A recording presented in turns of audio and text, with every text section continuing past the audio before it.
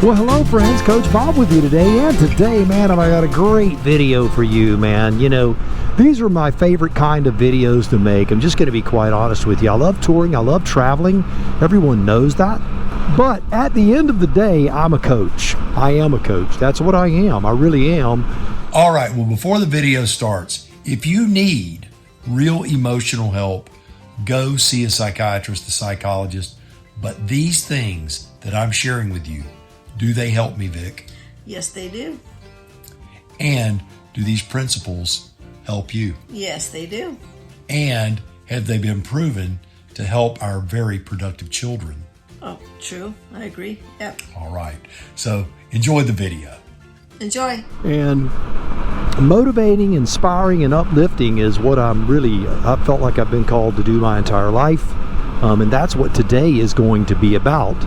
And we're going to be doing this while aboard my lovely 2019 Can-Am Spyder RT base model, Casper the Friendly Spyder. All right.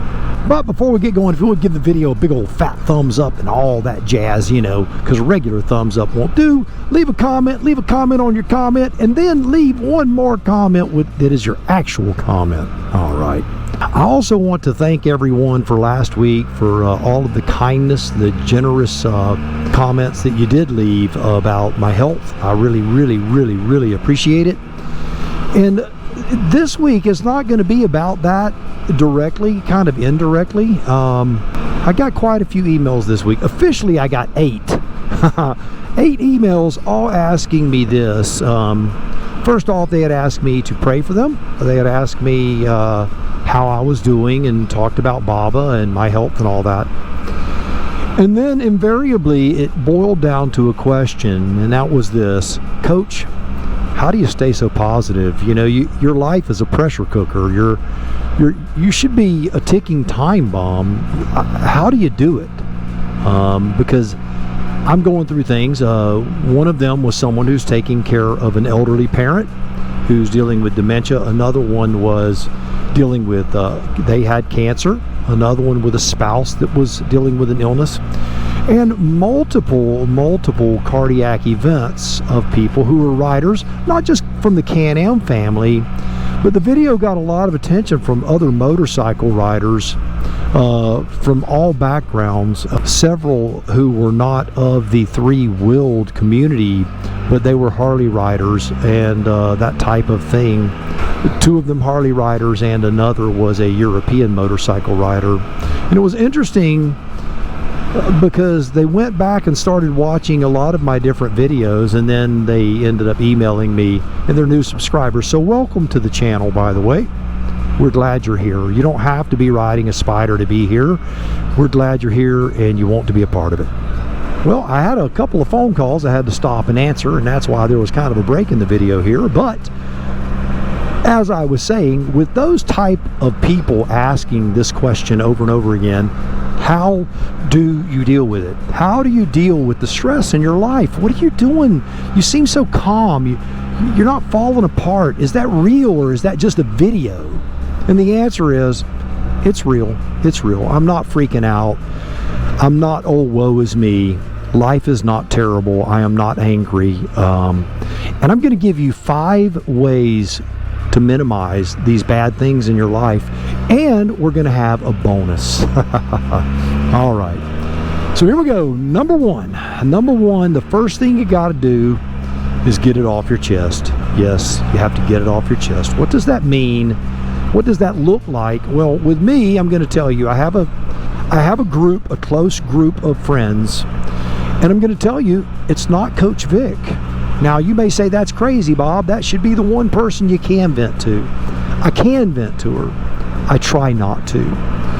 You know, because I don't want her worrying about me. I don't want her to worry about things. She's with me all the time. She has to help me through things.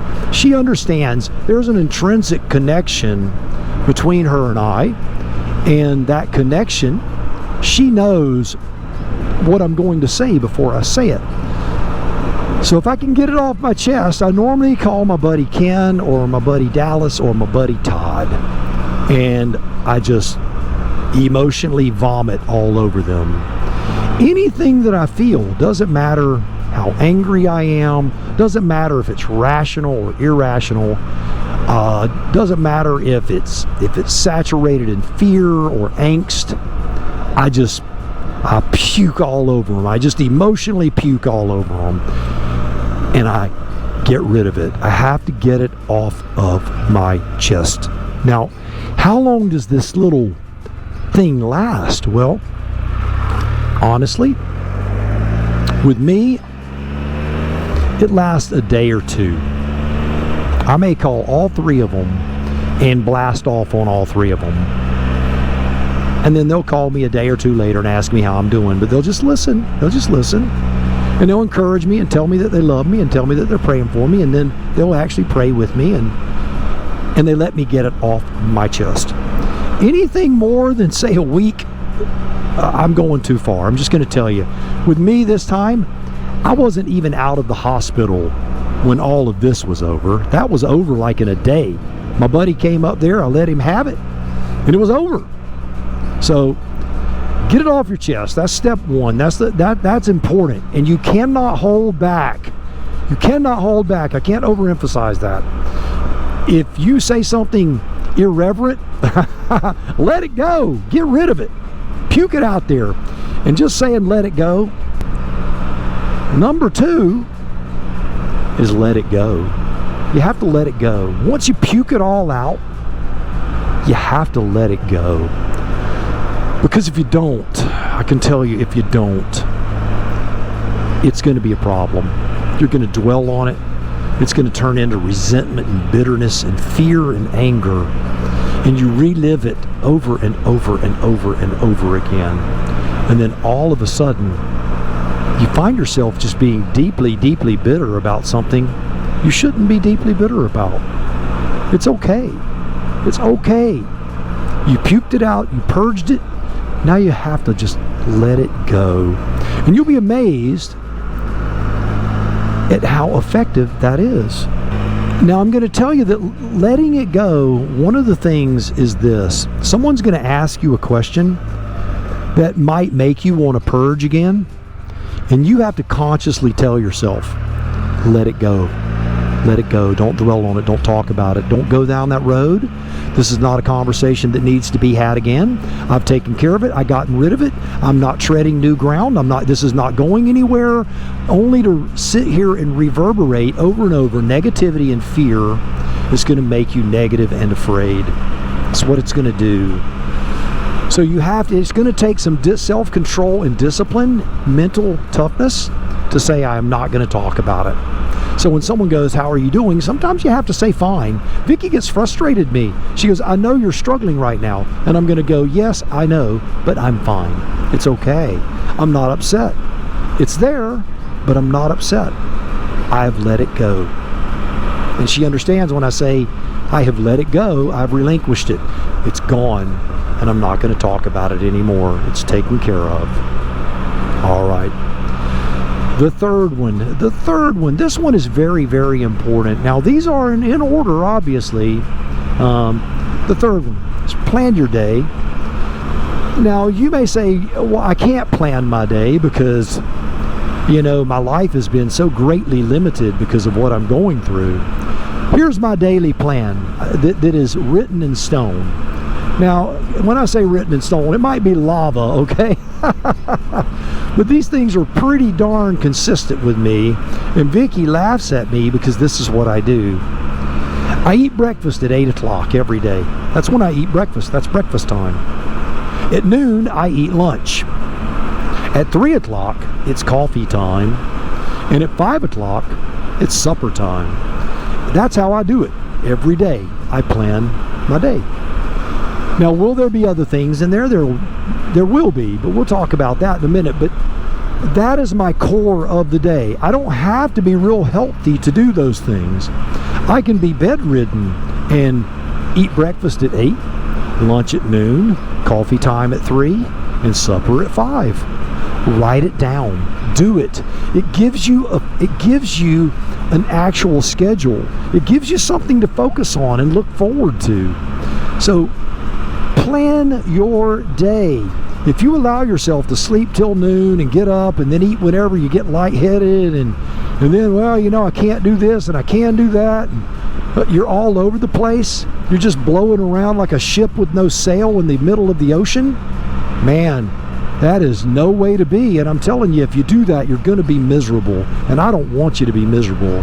And if you don't let things go, you're going to be bitter and miserable.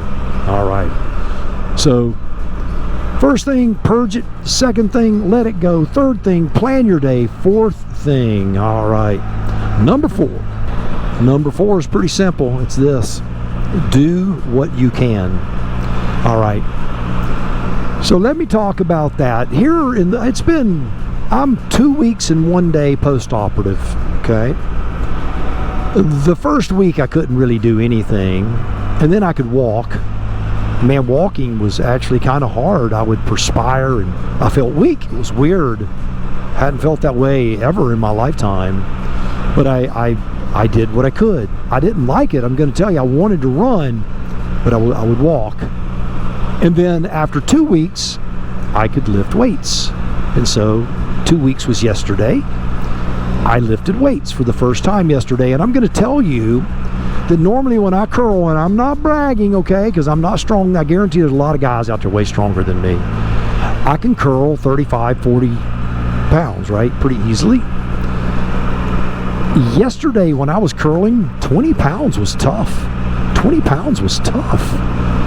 And it felt odd. I'm like, why in the world is this so hard? My body's been through a lot of trauma. And that 20 pounds was tough, man. It was tough. So you do what you can. That's what you have to do. Knowing that can be frustrating, you just have to accept where you are and know that eventually you will get back to where you were. Now, what if you're one of those people, and I could be one of those people, I may never get back to where I was. I believe I will, but if I don't, that's okay. I have to accept it and do what I can. I have to do what I can, and that's what you have to do. You have to just do whatever you can. Number 5 is going to sound super easy, but it really is very, very difficult. You got to turn off the hate. You got to turn it off. If you're prone to watching videos, and I'm going to use this word, and I don't use this word on this channel. If you're prone to watching negative political ad stuff, turn it off. Just turn it off. If you're used to watching arbitrary news and looking at things that get your angst up, just turn it off. Turn it all off. If it's hateful, if it's not edifying, if it's not building you up, let me tell you, the one thing that I've learned over the years, there is no sitting still. You're moving forward or you're moving backwards. And that is a fact. And I'm going to tell you, if what you're doing is not edifying and building you up, it's tearing you down. You may not believe it. You may not recognize it, but it is. You have to turn off the hate. This channel, I don't allow any of it here. You know that. People that watch this channel are positive. They come here to be inspired and motivated. And that's why you're watching this video right now, is because you're one of those. You're not the negative, hateful, whatever. You're the positive, uplifting, hardworking, forthright person that's going to get through this dark season in your life. That's what you are, and that's what you're going to do. All right, well, there's your 5 reasons, but I promised you a bonus, and so I'm going to give you a bonus. It's a pretty easy one. And it's simply this: live your life. Life is to be lived. Do not exist your life. Life is to not be existed. Existing is sitting around and just waiting for the shoe to drop. Existing is being too afraid to try something new. Existing is just looking at that beautiful sunset or beautiful sunrise and going, I wish I was out there enjoying it. But that's only for the other guy.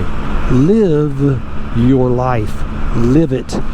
If you have to drag your body into the driveway to watch the sun come up, it's worth the price of admission. If you have to call 10 people to get one to carry you somewhere so you can laugh with a friend, then make the phone call. Put forth the effort to live your life.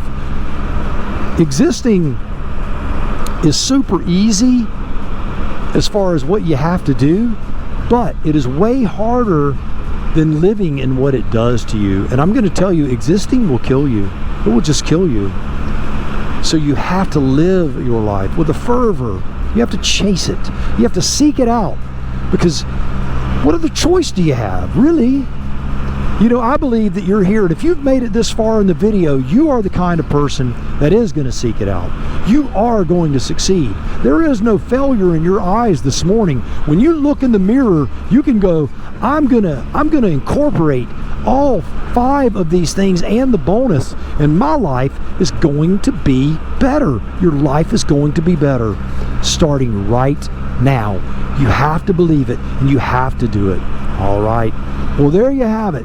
5 ways that you can remain positive, uplifting, and not be depressed.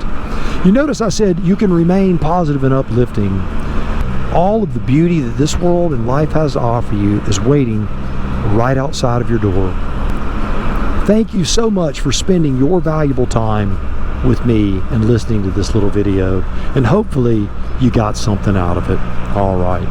Well, there it is. Another one in the books. You know 5 ways to do it right. So yes, you, do me a favor. Go out, buy the motorcycle of your dreams, eat right, take care of yourself, and remember, if you're not having fun, you are definitely doing it wrong. Now you go seize the day, and I'll see you on the road real soon.